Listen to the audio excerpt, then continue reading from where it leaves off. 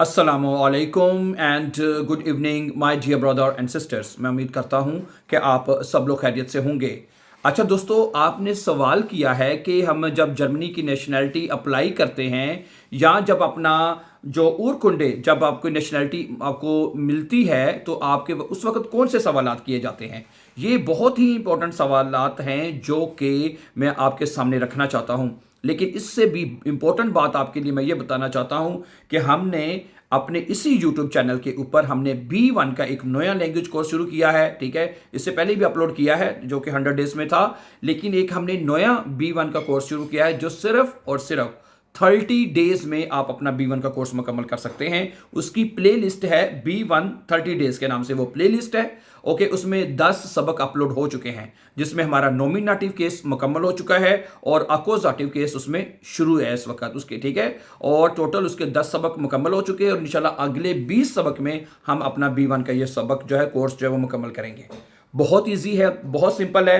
तो प्लीज़ आप उससे, मुझे उम्मीद है कि आपने B1 30 डेज के नाम से प्लेलिस्ट को नोट कर लिया होगा। ठीक है, और आपको एक तो देखें, अगर आप सबसे पहली बात ये कि अगर आप जर्मनी की नेशनैलिटी अप्लाई करना चाहते हैं ना, वो सवाल तो मैं अभी आपके सामने रखूंगा, लेकिन वो आपके से बे-एंड्स तो आपको लाजमी करना है। जब तक आपका बे-एंड्स नहीं होगा आप नेशनैलिटी के लिए कागजात नहीं जमा करा सकते।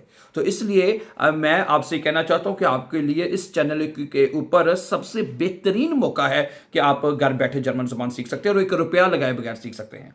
ठीक है, ओके, अगर आप हमारे चैनल पर नए हैं, आप इजी और फास्ट जर्मन सीखने का इरादा रखते हैं तो इस चैनल को सब्सक्राइब कीजिए और साथ ही आने वाली जो लेटेस्ट अपडेट हैं या जो आपके सवालात हैं जर्मनी के हवाले से वो भी आपको टाइमली मिलते रहें। चलिए, तो मैं ये इस मुकम्मल डिटेल आपके सामने रख देता हूं। वो कहते हैं कि असलंडे बेहोल्डे में, ठीक है, कौन कौन से सवाल आपसे पूछे जाएंगे इसके। ठीक है, क्या सिर्फ डॉक्यूमेंट्स देखे जाएंगे, क्या जर्मनी के आइन के बारे में सवाल होगा, और जब आखिर में नेशनैलिटी मिल जाएगी तो आइन ब्यूरस उरकुंडे के वक्त भी कोई सवाल पूछा जाएगा। सही है, तो यानी कि क्या आपको कौन कौन से सवाल पूछे जाएंगे, क्या जर्मनी की जो शहरियत है या जर्मनी के जो रियासत है आइन के बारे में सवाल भी हो सकते हैं, ये वाली बात। ठीक है, और यहाँ पे एक छोटी सी बात मैं ऐड करता चलूँ। आपको पता है कि आप एक आइन ब्यूरो टेस्ट भी देते हैं जिसमें 300 सवालात होते हैं, वो जर्मनी के आइन के बारे में होते हैं सवाल सारे।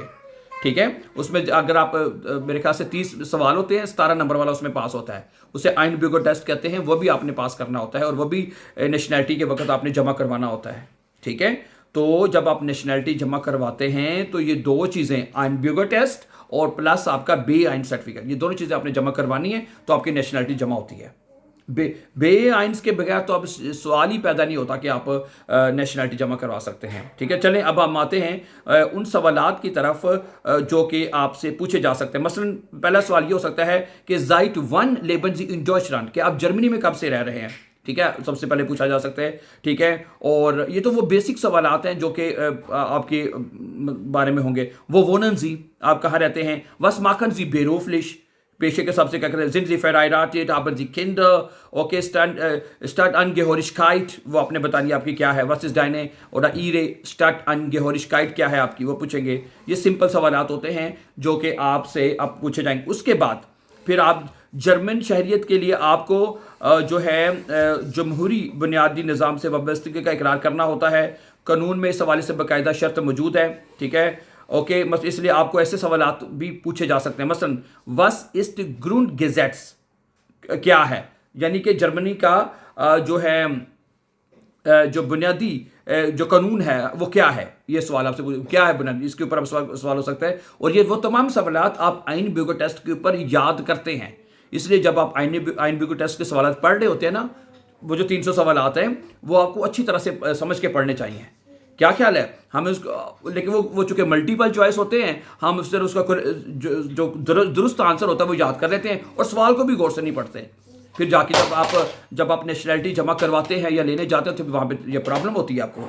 ठीक है, इसलिए आप कोशिश ये करें कि आपकी ज़्यादातर मसाइल ये हल होते जाएंगे अगर आप मतलब कि ये जो आइन ब्यूरो के जो सवालात हैं उनको अच्छी तरह से समझ के याद करते हैं। मसलन एक सवाल है, वस bedeutet डेमोक्रेट, यानी डेमोक्रेट यानी जमहूरियत का क्या मतलब है। वस bedeutet Meinungsfreiheit का, यानी कि आज़ादी इजहार का क्या मतलब है।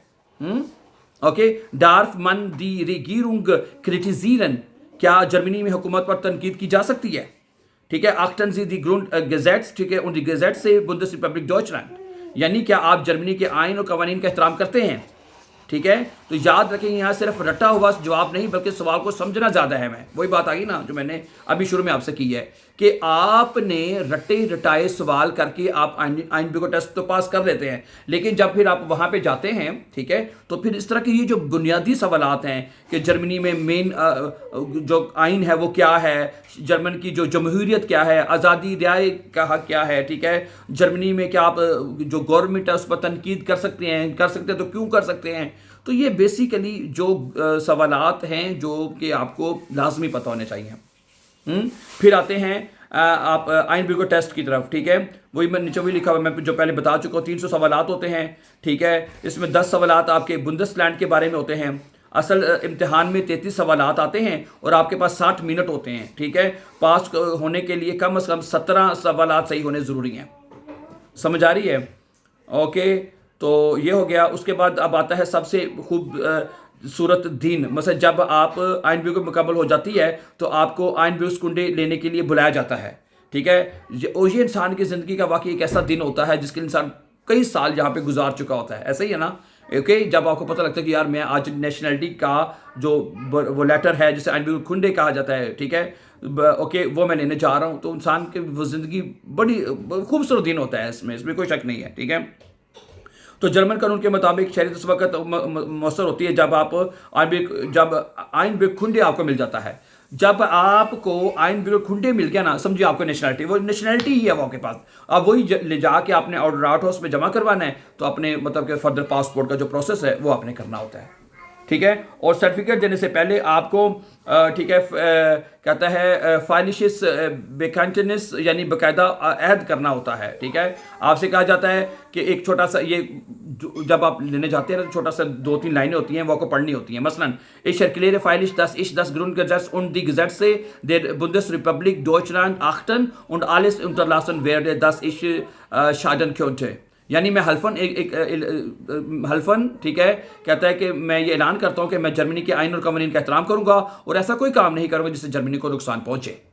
ये आपसे पढ़वाया जाएगा, उसके बाद आपको आइनबिगो कुंडे दे दिया जाएगा। Thank you very much for watching. For more upcoming important videos, don't forget to follow and subscribe us.